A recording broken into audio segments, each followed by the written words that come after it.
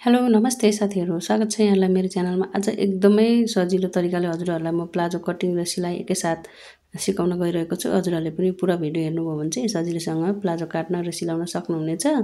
अनि यो चाहिँ readymade style palazzo, loose palazzo हुनेछ। यो चाहिँ हजुरहरूले टी-सर्टसँग, कुर्तासँग जेसँग पनि लगाउन सक्नुहुनेछ है। अनि यसको लागि चाहिँ मैले 2 मिटर यो रेबनको कपडा लिएको छु।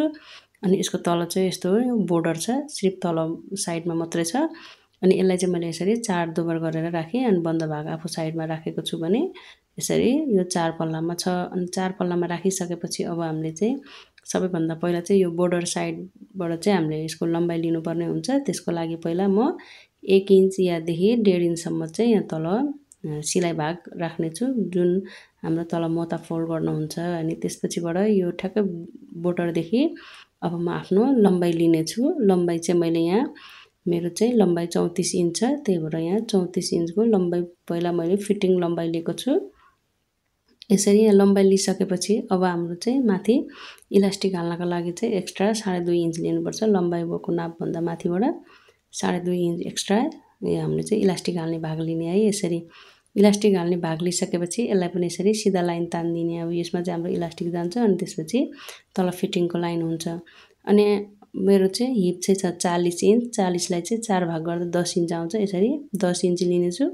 अनि एक्स्ट्रा यसमा चाहिँ लुजिङ 3 इन्च लिनेछु। यदि हजुरहरूले चाहिँ पकेट हाल्नु, गोजी हाल्नुहुन्न भने चाहिँ 2.5 इन्च लिँदा नै हुन्छ।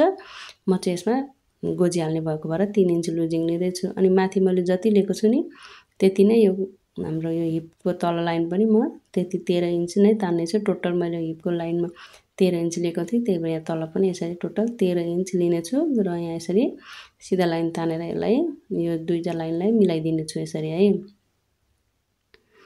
यसरी दुईटा लाइन मिलाइसकेपछि अब हाम्रो फेरि एक्स्ट्रा यहाँनिर 2.5 इन्च राख्नुपर्ने हुन्छ। म यसरी अझै यहाँ 2.5 इन्च राख्छु। अनि त्यसपछि यहाँनिर यो बिचमा चाहिँ फेरि 1 इन्चको यसरी लाइन दिएर यसलाई हल्का यसरी सेप दिनेछु। यसरी गरेपछि हाम्रो माथिको सेप चाहिँ भयो।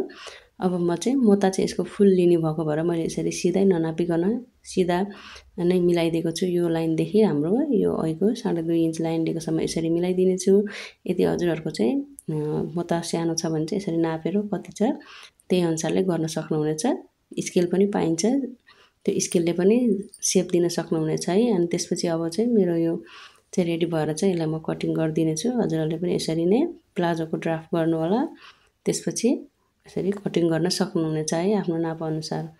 अनि यसरी कटिङ गरिसकेपछि अब चाहिँ हामीले चाहिँ यो बन्द भाग छ नि त, यहाँ यो खुल्ला भाग छैन। यदि हजुरहरूलाई पकेट चाहिँदैन भने चाहिँ यसरी यसलाई खोलेर चाहिँ अब यहाँ यो दुईपट्टि साइडमा चाहिँ यसरी सिलाएर अनि अर्को साइडमा नि सिलाएर त्यसपछि यसलाई बिचमा पारेर अनि यसको यो तलको घेरा सिलाएर चाहिँ लगाउन सक्नुहुनेछ। यसरी नै एकदमै राम्रो हुनेछ। यदि हजुरहरूलाई चाहिँ अब पकेट नभई हुँदैन अब भने चाहिँ फेरि यसलाई यसरी 4 दोबर गर्नु होला, बराबर मिलाएर राख्नु होला। र यो लाइनलाई चाहिँ यसरी कटिङ गरेर छुट्याउनु पर्ने हुन्छ है। यो बन्द भागलाई चाहिँ 2 पल्ला यता 2 पल्ला यता राखेर अनि यसलाई चाहिँ यसरी कटिङ गरेर छुट्याइदिने। यसरी प्लाजो कटिङ गर्न चाहिँ एकदमै सजिलो हुन्छ। हजुरहरूले भर्खर सिक्दै हुनुहुन्छ भने पनि सजिलैसँग प्लाजो कटिङ गर्न सक्नुहुनेछ है। अब मैले चाहिँ यो 4 वटा पल्ला भयो।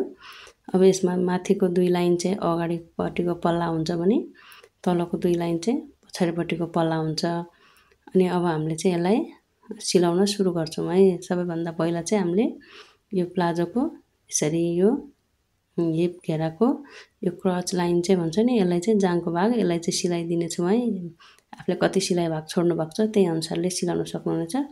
मैले चाहिँ 1/2 इन्च यो साइडमा र 1/2 इन्च अर्को साइडमा गरेर 1 इन्च टोटल लिएको छु। त्यसलाई नै यसरी नै सिलाइदिने मैले चाहिँ अन्त यो साइडमा पनि यसरी सिलाइदिएँ।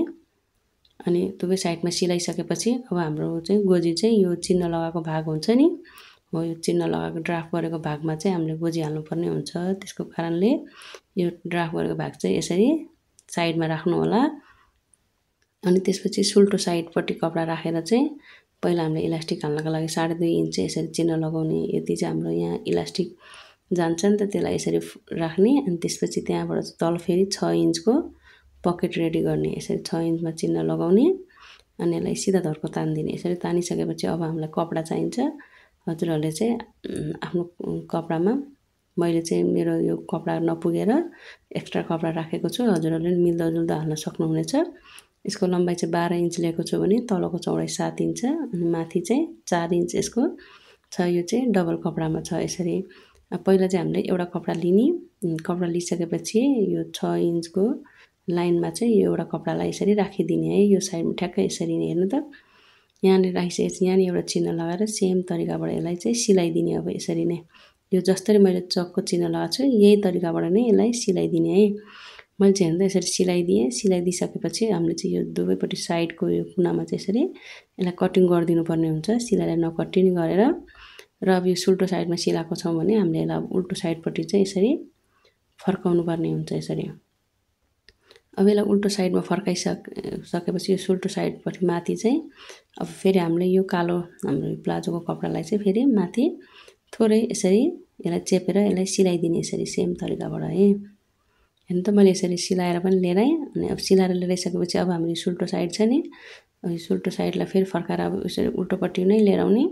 अनि उल्टोपट्टि ल्याइसकेपछि यसैमा चाहिँ अर्को हाम्रो गोजीको पल्ला चाहिँ यसलाई जस्ताको त्यस्तै राखेर छापेर यसलाई सिलाइदिने है। यसरी भित्रपट्टि पारेर त्यो अर्को पल्ला चाहिँ भित्रपट्टि पारेर अब जस्ताको त्यस्तै यसलाई चाहिँ पुरै हामीले यहाँदेखि यसरी सिलाउँदै सिलाउँदै यो तल्लो साइड सिलाएर यहाँ माथि ल्याउनुपर्छ है यसलाई।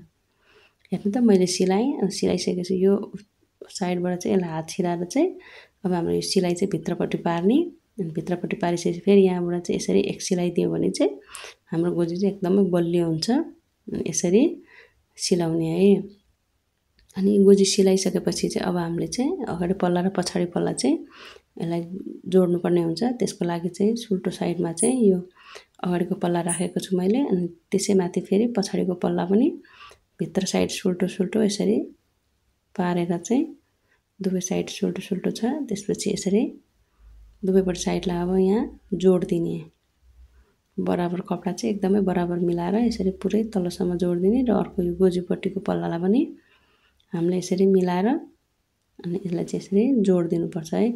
जोड्दाखेरि चाहिँ हामीले के कुरा ध्यान दिनुपर्छ भने अघि हामीले गोजीको लागि यो भित्रको यो बनाएको छ नि यसलाई चाहिँ थिच्नु हुँदैन। सिलाइले यसलाई चाहिँ नछोइकन यो अर्को गोजीको यो पल्ला र पछाडिको पल्लाले चाहिँ जोड दिने। अनि यहाँसम्म आइसकेपछि गोजीलाई फेरि यता साइडमा फर्काएर पुरै राउन्डसम्म जोड दिने है। यसलाई पनि यसरी तलै मोतासम्म सिलाइदिने। मैले चाहिँ यसरी पुरै जोडी यता पनि यो साइडमा पनि पुरै सिलाइसकेँ। अब सिलाइसकेपछि अब हाम्रो पालो छ यसको यो जाङ भाग सिलाउने। अनि त्यसपछिबाट यसको मोता पनि सिलाइदिने। मोता पनि आफूले कति इन्च राखेको छ त्यही अनुसारले यसको मोता फोल्ड गरेर हामीले इलास्टिक पनि यसमा लगाउनुपर्छ है।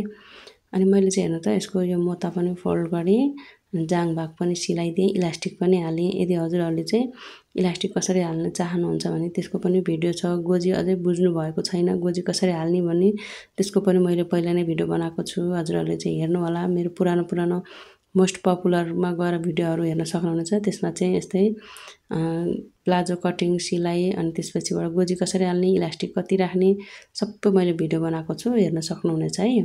अनि यो प्लाजो चाहिँ एकदमै कम्फर्टेबल र आरामदायक प्लाजो हो। हजुरहरूले चाहिँ टी सर्टहरूसँग पनि लाउन सक्नुहुनेछ, कुर्तासँग पनि लाउन सक्नुहुनेछ। अनि यदि हजुरहरूले चाहिँ यहाँ परसम्म चाहिँ मेरो भिडियो हेर्दै आइरहनु भएको छ भने चाहिँ अब एउटा लाइक नगरी र सब्सक्राइब नगरिकन हेर्नुभएको छ भने चाहिँ सब्सक्राइब गरेर हेर्नु होला है।